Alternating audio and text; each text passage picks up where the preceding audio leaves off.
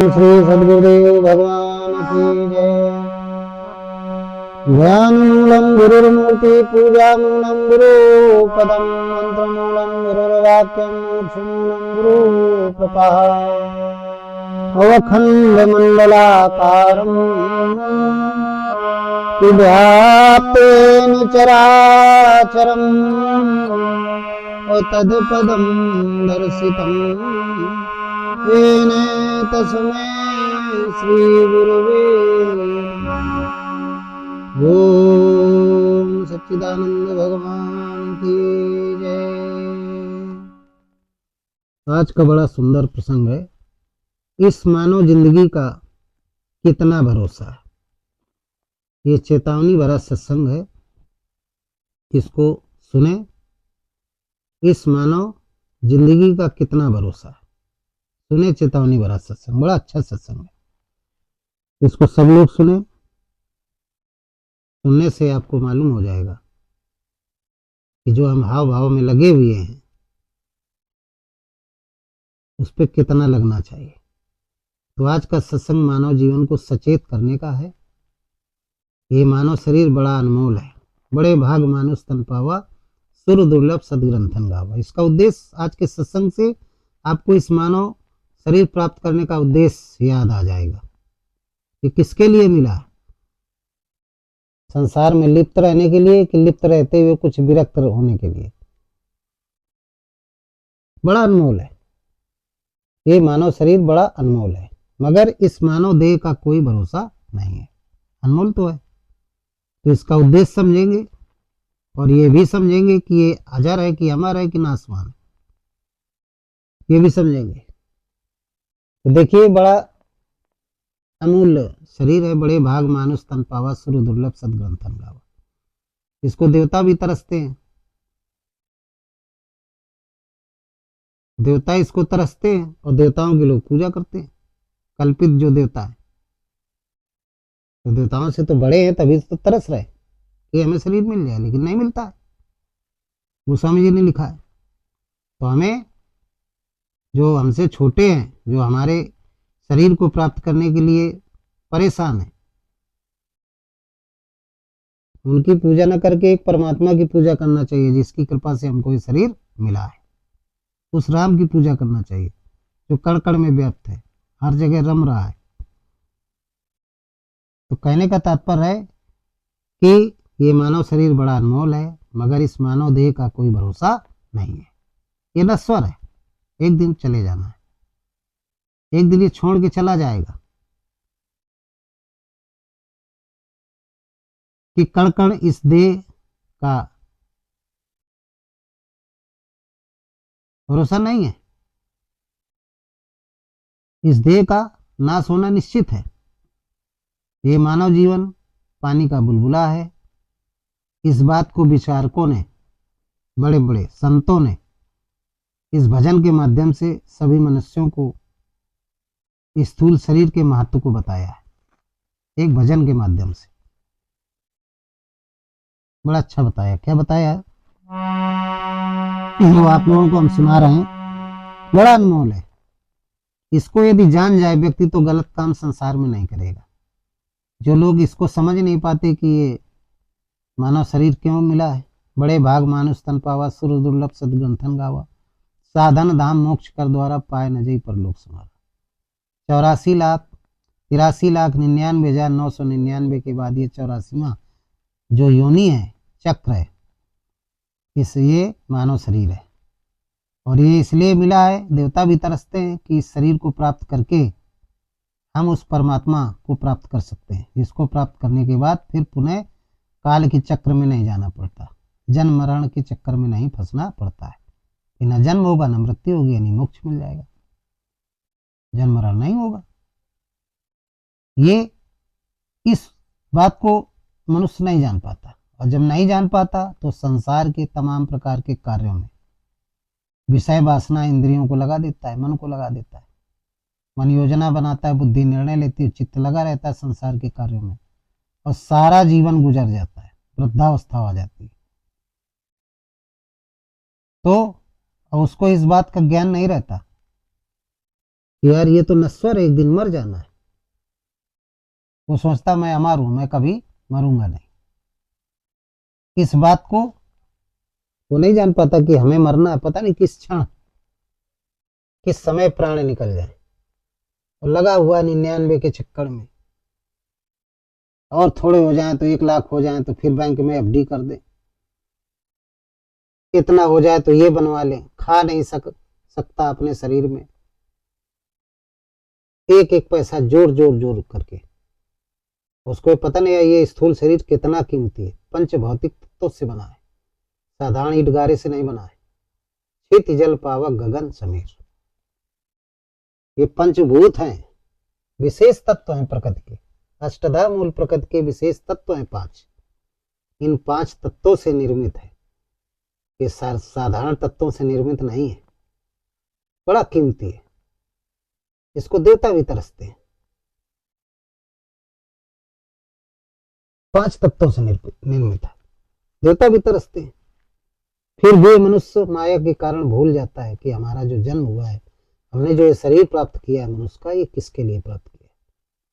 ये साधन धाम मोक्ष कर द्वारा। एक कन्वेंस है। जैसे बच्चा स्कूल जाता है तो घर से स्कूल जाएगा तो टेम्पो में जाएगा, बस में जाएगा, 4 पहिया गाड़ी में जाएगा। वो सबके यहाँ इनको कन्वेंस कहा गया है, सुविधा, साधन। इसके द्वारा घर से स्कूल पहुंच जाता है। इसी तरीके से ये जीवात्मा परमात्मा तक पहुंचने के लिए इसी शरीर को प्राप्त करना चाहती है, और उसको प्राप्त हो जाता है, खुश होती है। लेकिन ये मन, ये शरीर, मन, इंद्रियां जब विषयों में आसक्त हो जाती हैं तो जीवात्मा बड़बड़ाने लगती है, क्योंकि उसको मालूम हो जाता है कि फिर मैं 84 में जाऊंगी। प्रयास करती है, भजन नहीं करता है। आत्मा उपद्रष्टा रूप में रहती है, प्रसुप्त अवस्था में रहता है आत्मा, उसको कोई मतलब नहीं, सोता रहता है। जीवात्मा बड़बड़ाती है। तो उसको केवल एक ही व्यक्ति बचा सकता है जब संगत मिल जाती है, सत्संगत। सत्संगत जब मिल जाती है तो मन मेन मालिक होता है। ये स्थूल शरीर रूपी रथ को, जिसमें 10 घोड़े हैं, 10 इंद्रियां, इनको चलाने वाला ये मन है। इसी का पसारा है पूरे संसार में। तो जब मन सत्संगत में पहुंच जाता है तब फिर उसके दिमाग खुलते हैं, इंद्रियां भी संयमित हो जाती हैं।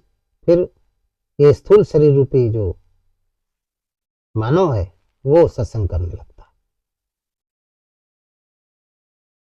उसको ये पता ही नहीं कि शरीर कब न नष्ट हो जाए, ये बात को भूल जाता है।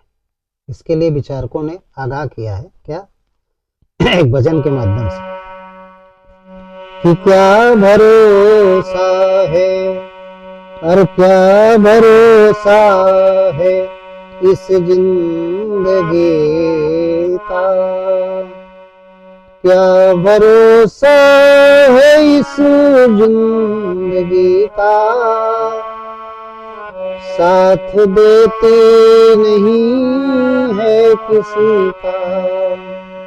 और क्या भरोसा है इस जिंदगी का, कि साथ देती नहीं है किसी का। तो क्या भरोसा है इस जिंदगी का, कि साथ देती नहीं है किसी का। अरे श्वास रुक जाएगी चलते चलते, समा बुझ जाएगी जलते जलते। श्वास रुक जाएगी चलते चलते, समा बुझ जाएगी जलते जलते। दम निकल जाएगा रोशनी का, दम निकल जाएगा रोशनी का। क्या भरोसा हो, क्या भरोसा है इस जिंदगी का, साथ देती नहीं है किसी का। क्या भरोसा है इसे जिंदगी का कि साथ देती नहीं है किसी का। हम रहे ना रहेंगे तो यादें रहेंगी, हम रहे ना ये यादें रहेंगी। हर दास्तां अपनी दुनिया कहेगी, और नाम रह जाएगा आदमी का, नाम रह जाएगा आदमी का। क्या भरोसा है इस जिंदगी का, क्या भरोसा है इस जिंदगी का कि साथ देती नहीं है किसी का। तो क्या भरोसा है इस जिंदगी का कि साथ देती नहीं है किसी का।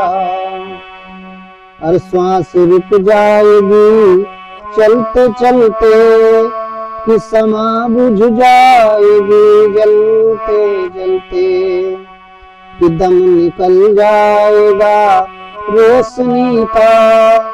क्या भरोसा है इस जिंदगी का, हम रहे ना ये यादें रहेंगी। दास्तां अपनी दुनिया कहेंगी, और हम रहे यादें रहेंगी। दास्तां दुनिया कहेंगे, और नाम रह जाएगा आदमी का, नाम रह जाएगा आदमी का। क्या भरोसा है इस जिंदगी का, साथ देते नहीं है किसी का। क्या भरोसा है इस जिंदगी का, क्या भरोसा है इस जिंदगी का, साथ देती नहीं है किसी का। कोई भरोसा नहीं जिंदगी का। दुनिया एक हकीकत पुरानी, चलते रहना उसकी रवानी। फर्ज पूरा करो बंदगी का, क्या भरोसा है इस जिंदगी का। कोई भरोसा नहीं। तो मनुष्य अपने जीवन काल में अनेकों प्रकार के शुभ और अशुभ कर्म करता है। उसे जीवन में यह ज्ञान नहीं रहता कि मेरी कभी भी मृत्यु हो सकती है, लेकिन बड़े गंदे कर्म करता है, लोगों को परेशान करेगा। जीवन का अटल सत्य नहीं उसको पता है। ये नहीं पता है कि मुझे मरना है, मृत्यु हमारी निश्चित है। और अनेकों प्रकार के बुरे कर्म करता है, लोगों को परेशान करेगा, लोगों के साथ धोखा करेगा, चोरी करेगा, बेईमानी करेगा, अपने को अमर मान करके विषयों में लिप्त होता है, सदैव लिप्त रहता है। सांसारिक कामनाओं में आसक्त होकर के अधर्म पूर्वक कार्य जीवन में निरंतर करता रहता है। लोगों को पीड़ा देगा, दुख देगा, अपने कृत्यों से धन संपत्ति कमाने के प्रयास में सारे जीवन को गंवा देता है। अंत में क्या होता है उसकी दशा, अंत में भयानक बीमारियों को प्राप्त करता है। और जब भयानक बीमारी लग जाती है तो फिर रोता है। फिर क्या है, रोता है, चारपाई में पड़ा हुआ है, रो रहा है। जितने जन्म से लेकर के उस अवस्था तक उसने कर्म किए, दुष्कर्म किए या शुभ कर्म किए, सब रील बाई रील एक एक निकलते हैं। सबको याद करता है और रोता है कि हमने बहुत गलत किया, उसके साथ मैंने बहुत गलत किया, उसके साथ मैंने बहुत गलत किया। लेकिन उस स्थिति पे उसकी जितनी भी इंद्रियां हैं शरीर की, 5 ज्ञान इंद्रियां और 5 कर्म इंद्रियां। ज्ञान इंद्रियां कौन कौन सी है? नाक, कान 2, जीभ 3, आंख 4 और त्वचा 5। ये 5 ज्ञान इंद्रियां हैं। ये भी बुढ़ापे में क्या है? काम नहीं करती। और 5 कर्म इंद्रियां हैं। हाथ पैर, ये सब क्या है? गुदा। 5 कर्म इंद्रियां और 5 ज्ञान इंद्रियां। तो वृद्धावस्था में 10 इंद्रियां काम करना बंद कर देती, बहुत कमजोर हो जाती, क्षीण हो जाती।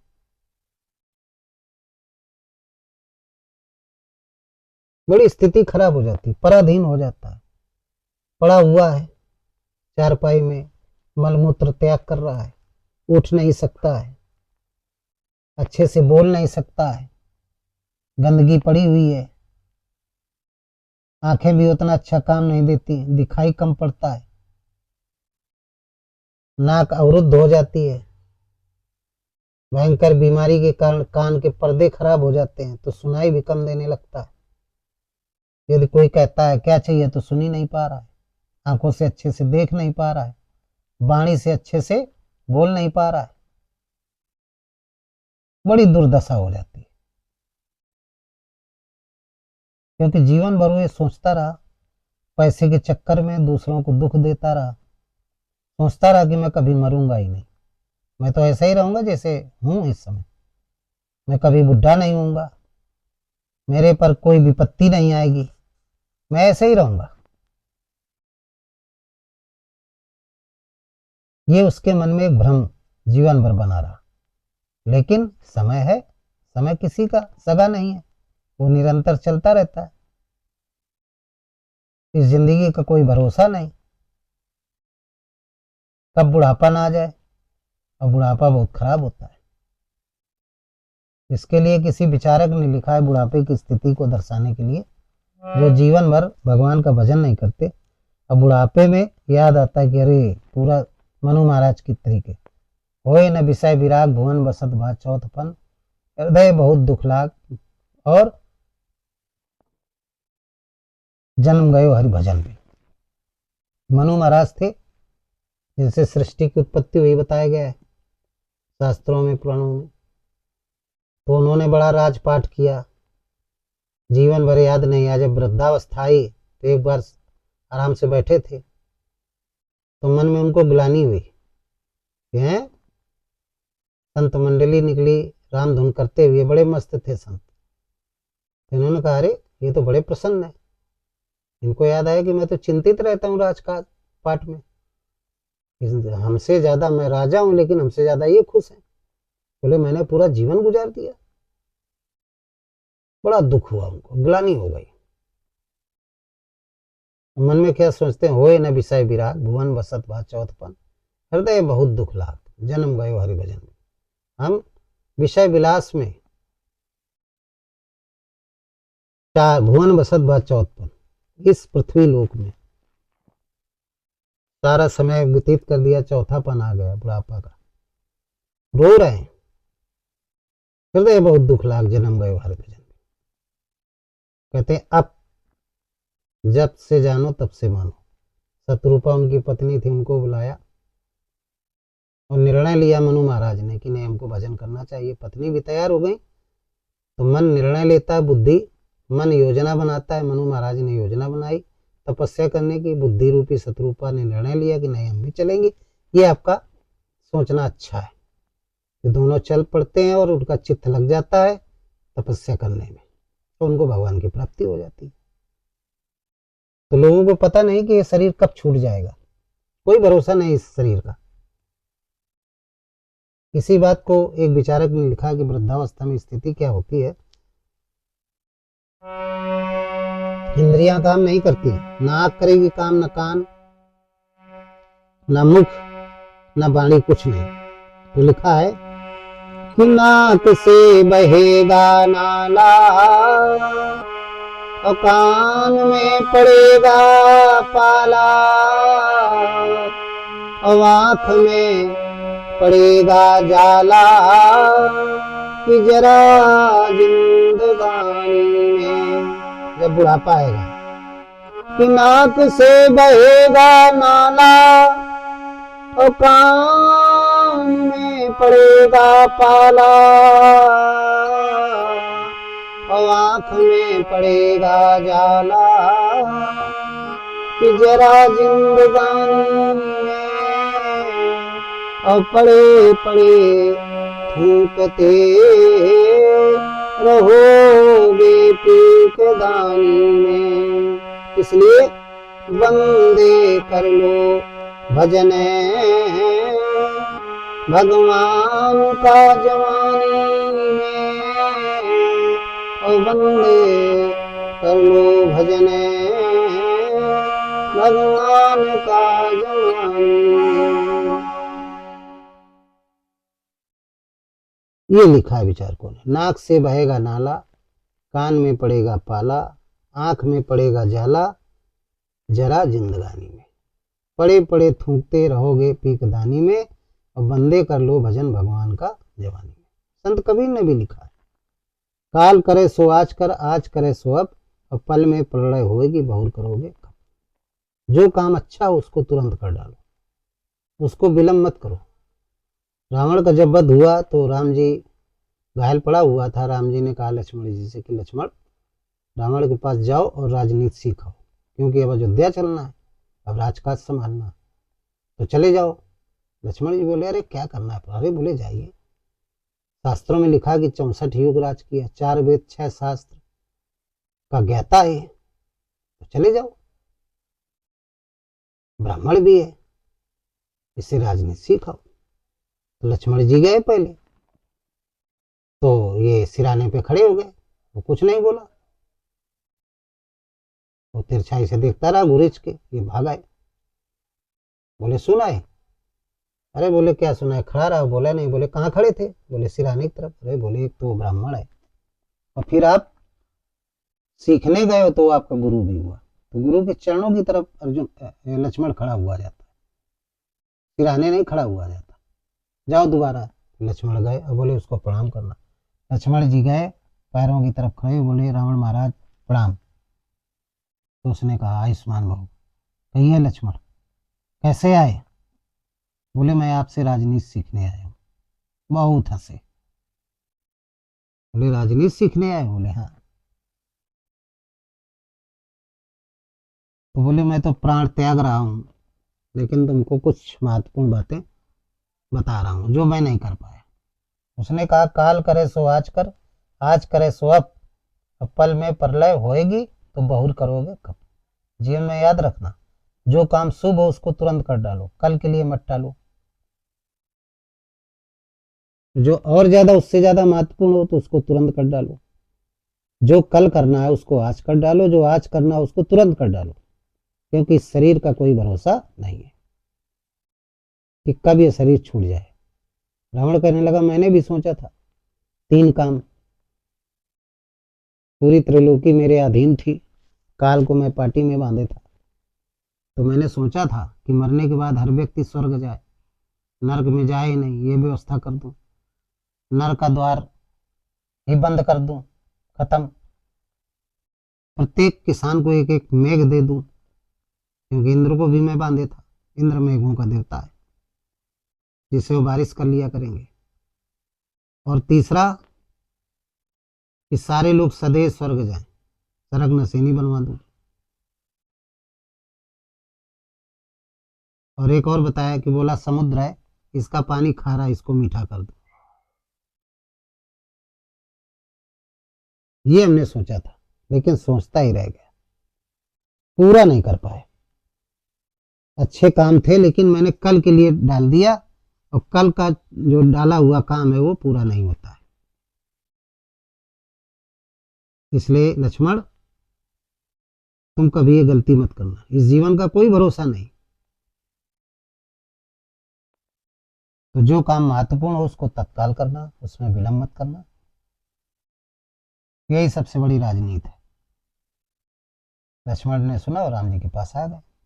तो कहने का तात्पर्य है कि इस जीवन का कोई भरोसा नहीं है, इसलिए भौतिक काम भी करते रहिए और उस परमात्मा का नाम भी लेते रहिए।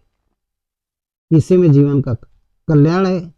इस मानव जीवन पाने का सही यही लक्ष्य है, यही उद्देश्य है। यदि हम ऐसा नहीं करते, ये मनुष्य शरीर पा करके इसको देवता भी तरसते, बड़े भाग मानुष तन पावा, सुर दुर्लभ सदगुण तन गावा, और साधन धाम मोक्ष कर द्वारा पाए न जी परलोक समाना। तो ये समझ लो कि बिना सींग और पूंछ के जानवर है, इंसान नहीं। फर्क इतना है कि जानवर के सींग पूंछ होता है, हमारे सींग पूंछ नहीं, लेकिन जानवर, मनुष्य नहीं। हम जानवर हैं, मनुष्य है ही नहीं। इसलिए ये जीवन बहुत महत्वपूर्ण है, इसमें अच्छे कामों को पहले निपटा लो। इस जीवन का कोई भरोसा नहीं।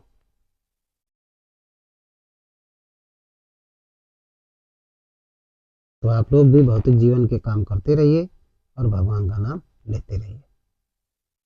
अपने मानव शरीर, मानव तन प्राप्त करने का उद्देश्य, इसको पूरा करने का प्रयास करते रहिए। मत भूलिए कि इसका उद्देश्य क्या है। इसका उद्देश्य है मोक्ष पाना। इस जीवात्मा को स्थूल शरीर अष्टधार मूल प्रकृति से मुक्त कराना, 84 से बचना। तो इन्हीं शब्दों के साथ आज का सत्संग समाप्त करते हैं। आप लोगों की बात समझ में आ गई होगी। बोलिए सद्गुरुदेव भगवान की जय। सर्वे भवन्तु सुखिना, सर्वे सन्तु निरामया, सर्वे भद्राणि पश्यन्तु मा कश्चित् दुःखभाग् भवेत्। बोलिए सद्गुरुदेव भगवान की जय। हृदय में स्थित परमात्मा राम की जय। संत समाज की जय। भक्त समाज की जय।